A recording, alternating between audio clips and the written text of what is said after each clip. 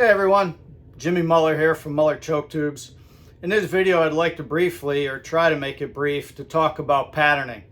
I know pretty much everybody just shoots paper and they think that what they see on paper is going to be, it's going to coincide with how it works out in the field on targets or birds. And the fact is it really does not. So I've always tried to teach people that shooting paper that is two-dimensional, or a patterning board or a patterning plate, it's literally good for point of impact to see where your barrels or where your chokes or where your gun is hitting in regards to where you're aiming. This also shows you gun fit. If the stock is not right for you, your point of impact is going to be off. And this is a very personal, individual thing based on your body build, your structure, the length of your neck, the height of your cheekbones, the width of your face. It all has to do with a lot of things. You know, a lot of people are out there complaining about certain brands these days that the point of impact is way off, and they think that it's the gun's fault or the barrel's fault. It's truly not. Every single gun has to be fit to the individual. Now, do I think gun fit is critically important? To some degree, yes. It all depends on the distance you're shooting and the level you're shooting at. But the fact is, if you pick the gun up and you aim at a dot on a board or a piece of paper and you shoot it several times and the point of impact is covering the dot, it's pretty obvious that the gun fits you. It points where you're looking, right? We don't have sights on a shotgun like a rifle. It literally is something that we point and shoot. So it's important that it does fit you and that it does shoot where you're looking. But at the same time, I think a lot of people put a lot more time and worry into this and spend a lot of money on things that's not needed. So what you need to do is basically start off bench resting, shooting at a dot at about 20 yards, right?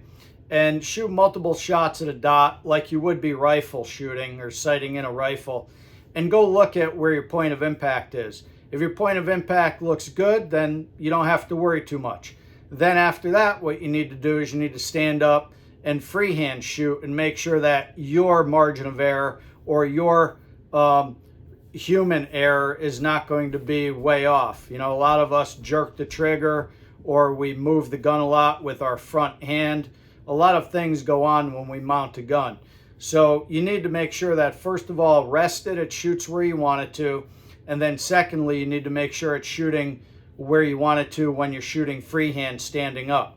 Those are two totally different things, really, because gun fit really comes into play when we're standing up and mounting the gun into our face, into our shoulder pocket, sighting down the barrel and shooting at something.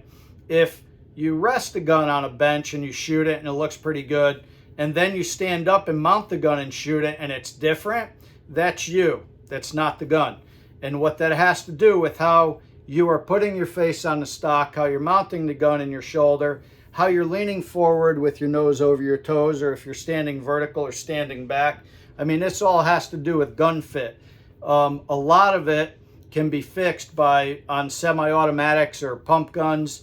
You can literally change the shim in between the stock and the receiver to change the cast of the stock side to side, or the height, or even the pitch of the heel in the back. All right. And when it comes to face slap and guns hitting you, a lot of times that's the angle of the heel on the back of the stock where the recoil pad is. Okay.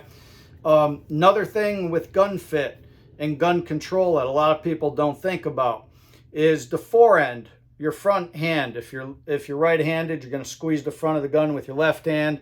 Obviously, if you're left-handed, you're going to squeeze the gun with your right hand, right?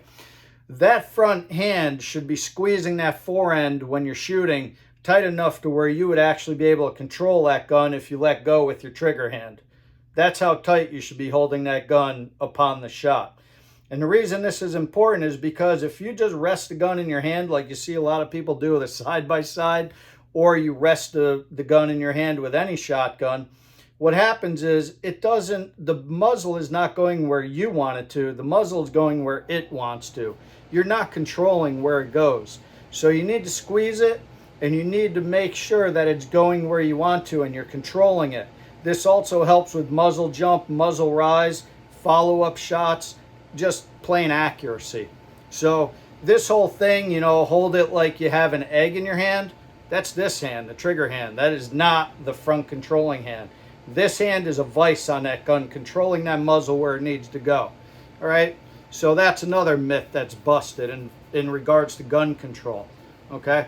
The trigger hand, it just pulls the trigger. It rests gently on the grip, and you pull the trigger. This hand does not really do much of anything, okay? Now, in regards to patterning, I shot 12,000 rounds on paper in 2.5 years' time through 22 different guns with 13 different bore diameters, with every ammo, with every choke on the market, and I learned one thing. Paper tells you literally nothing in regards to how a pattern is going to be effective out there on a target or on a bird, okay? I know that it's really the only thing that people think they can do to pattern their gun, but the fact is, it's not. And here's what I want you to do.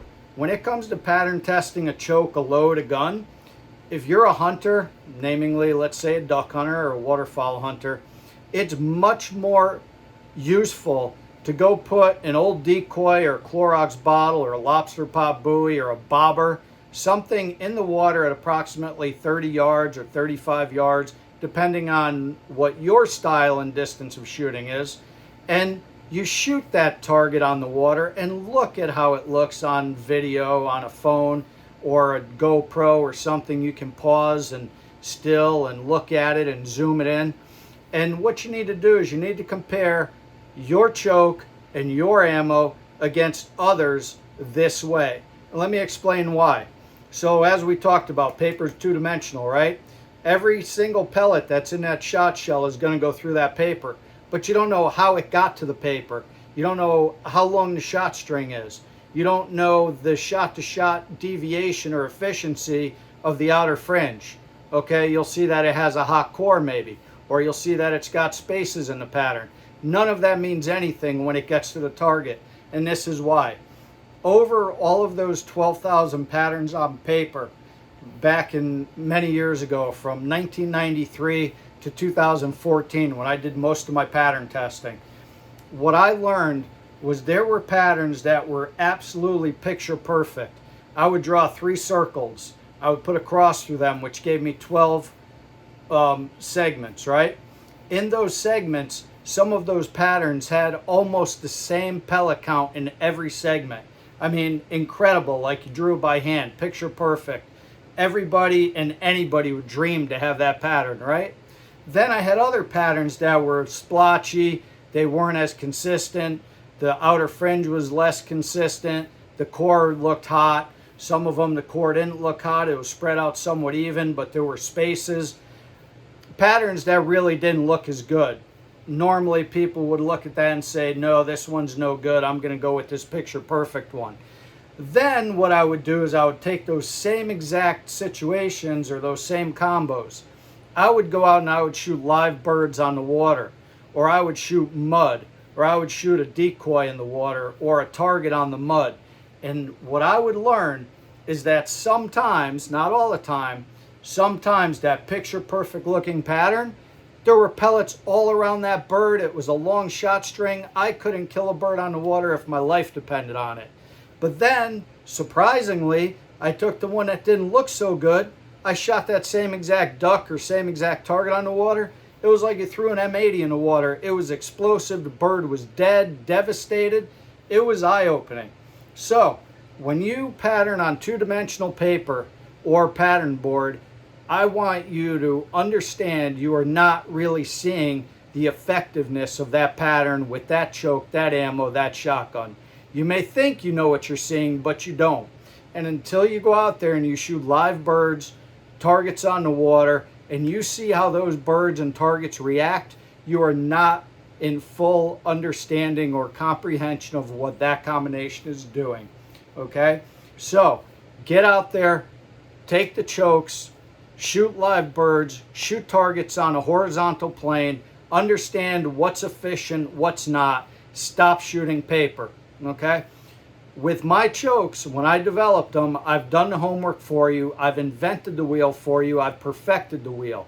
The reason that I give a 60-day money-back guarantee from when you start to pull a trigger is exactly that reason. So you can take the chokes, put them in your gun with your choice of ammo, and you could go shoot targets or live birds that are in the air, on the water, so you could see exactly what the benefits are.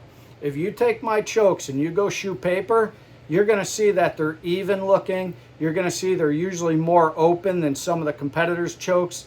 And that's exactly what I invented and created, because that's what I want. I want a very good margin of error. I want a short shot string. I want low shot-to-shot deviation. I achieved that with all of my chokes in every gun with every ammo, okay? Like I tell people, if you take the crappiest patterning ammo in the market, you put it through Muller chokes, it's still going to pattern crappy, but it's going to be the best it can be. You take premium quality ammo that patterns really good or has the potential to pattern really good, you put it through my chokes, it's going to shine, okay? But you're not going to see that shine by shooting two-dimensional paper. You're going to see the shine when you shoot live birds in the air, on the water, okay? So I want to be very clear about this, because most people do not understand this, or they haven't heard it, but stop shooting paper. You have 60 days with my chokes from the moment you pull the trigger, okay, risk-free, to go put them in the gun and use them in the field. Stop wasting your precious time, energy, and money shooting paper that tells you nothing. All right? Get out there and kill some birds. Thanks, man.